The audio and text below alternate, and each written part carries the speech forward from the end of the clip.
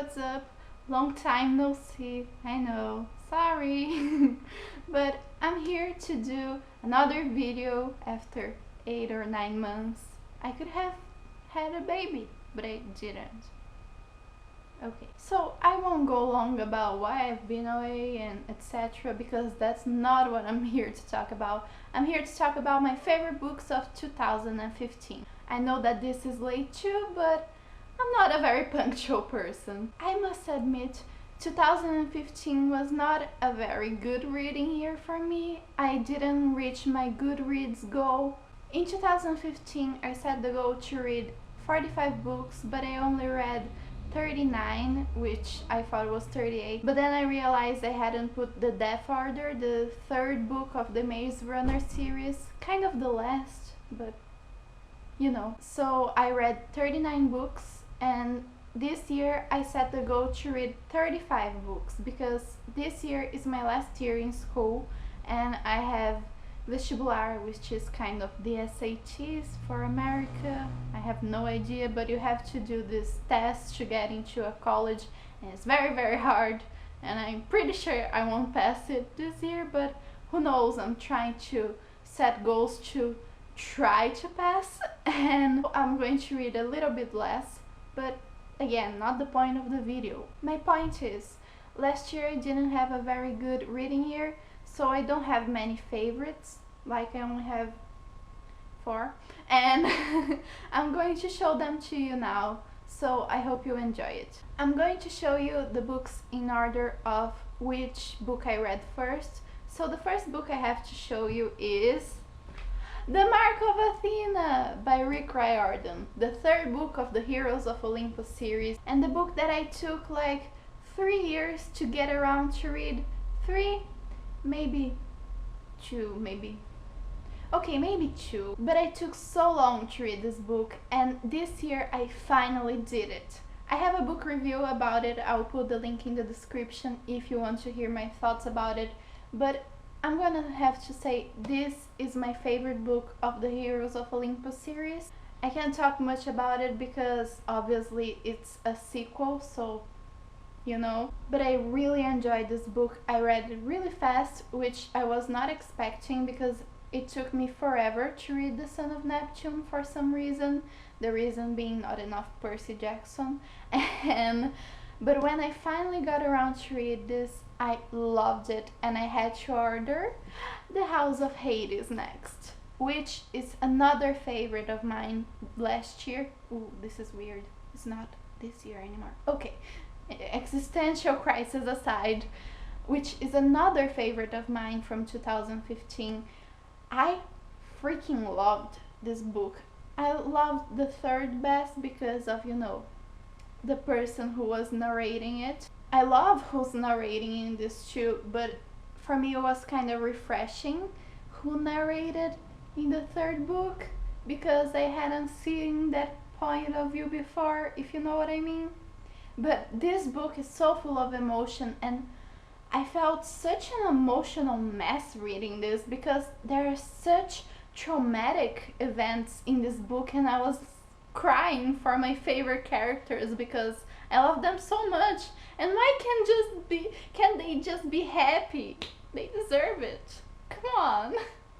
But I really love this book, and it's in my favorites now. Unfortunately, Blood of Olympus, it will not be including this list because I don't know what happened. I know what happened. There wasn't enough Percy Jackson on it. And I know that the Heroes of Olympus is supposed to be about new characters and but that was a weird sound. But I really love Percy, and I just wanted more Percy. And I didn't feel a real connection with the new characters. Like, I felt a real connection with Hazel, and that's it. I really love Hazel, but I didn't really connect with the other new characters. So the people who narrated the book I didn't feel a real connection, and I wanted to see more of other characters, so I couldn't quite fully enjoy it because I wanted to know about my favorite characters. It may be about new characters, but We all know that we're here for the old ones and maybe the new ones. I'm here for the old ones and Hazel. That's what I'm here for. So that's why The Blood of Olympus will not be on this list. The next book I've got, it's a real heartbreaker, soul wrencher, life ruiner, and it is All the Bright Places by Jennifer Niven. Niven? That's how you pronounce it? I don't know, I'm really sorry. This is the Brazilian version, so that's probably why you won't recognize it. Maybe you will, maybe you're Brazilian. Hello, hola.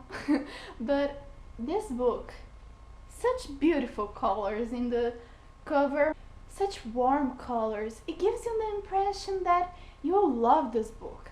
You'll laugh with this book. You'll be happy reading this book. Okay, this guy is throwing himself out of a tower, but you know, the colors are so pretty. And these things, blocks, I don't know, bricks, they are things that I used to play with when I was a child. So I thought, it's gonna be happy, right? Right? Wrong. Very wrong. This book made me cry so hard.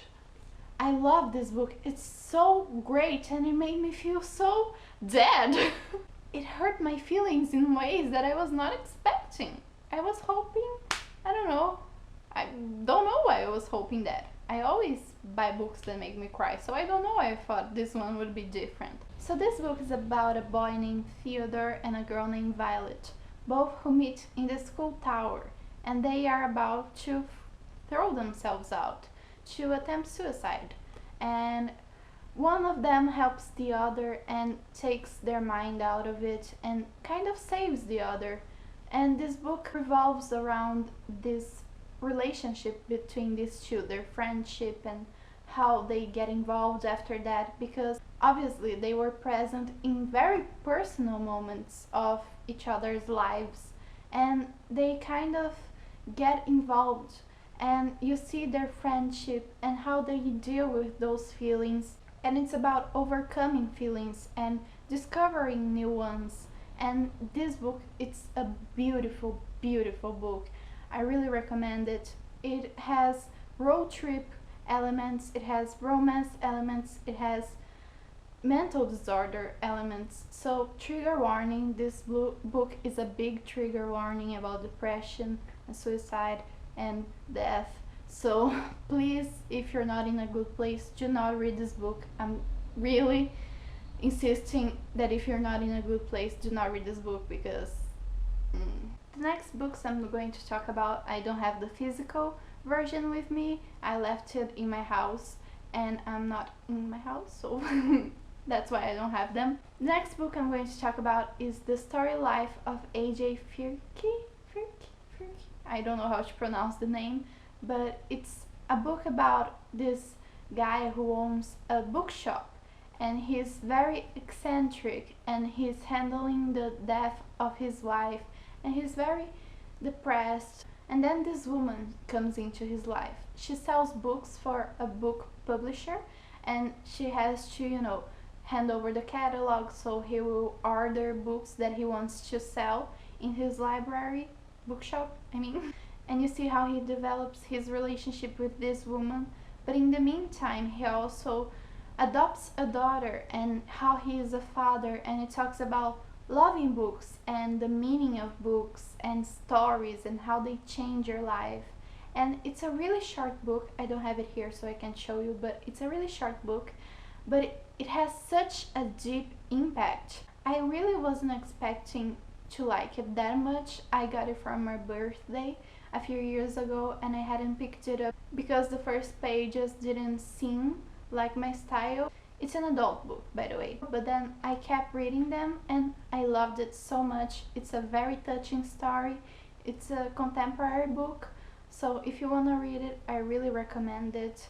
It also gives you the feels, but you can read it. It's good feels, it's normal feels, so it's a really good book. It's very deep and it made me love books again, I guess.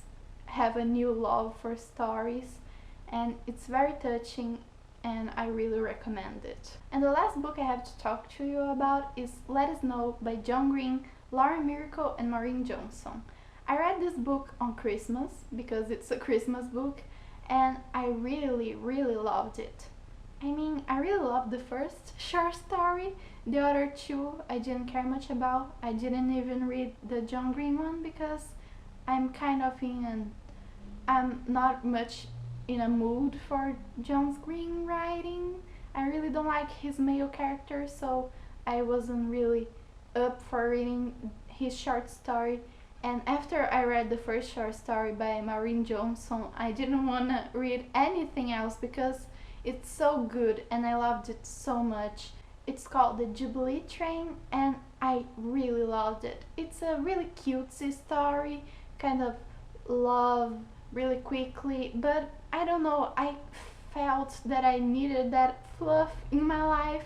I really loved that short story. I wanted to read more of Maureen Johnson's books, but I realized that she doesn't have many, and so I didn't read anymore. But I really loved that short story and I really recommend it. The other two I didn't care much about, but because of that short story, this book made into my favorites, one of my all-time favorites. And I really recommend it because my Christmas wasn't very good, but this story made it so much happier because I felt so full of joy and it was really great. So these were my favorite books of 2015. I have to give honorable mentions to Island the Happily Ever After and Carry On by Rainbow Owl. I loved both of them. Island a little less than Carry On, but they didn't make me my favorites because I hadn't had that feeling, you know, that I would read them again and again and again like I do with all my favorites. So they didn't get into my list, but I gave them 5 stars. I gave Carry On 5 stars and Isla 4 out of 5 stars. So these were the honorable mentions. I hope you enjoyed this video. Let me know about your favorite books down in the description. Let me know if you made a favorites video because I love watching those and I really need new book recommendations, even though I can't read much this year, but I probably will when I'm feeling stressed and be like, oh, I'll never pass this test. So, you know, just let me know what I can read for moments like that. I hope you enjoyed it and I will see you sometime. Bye!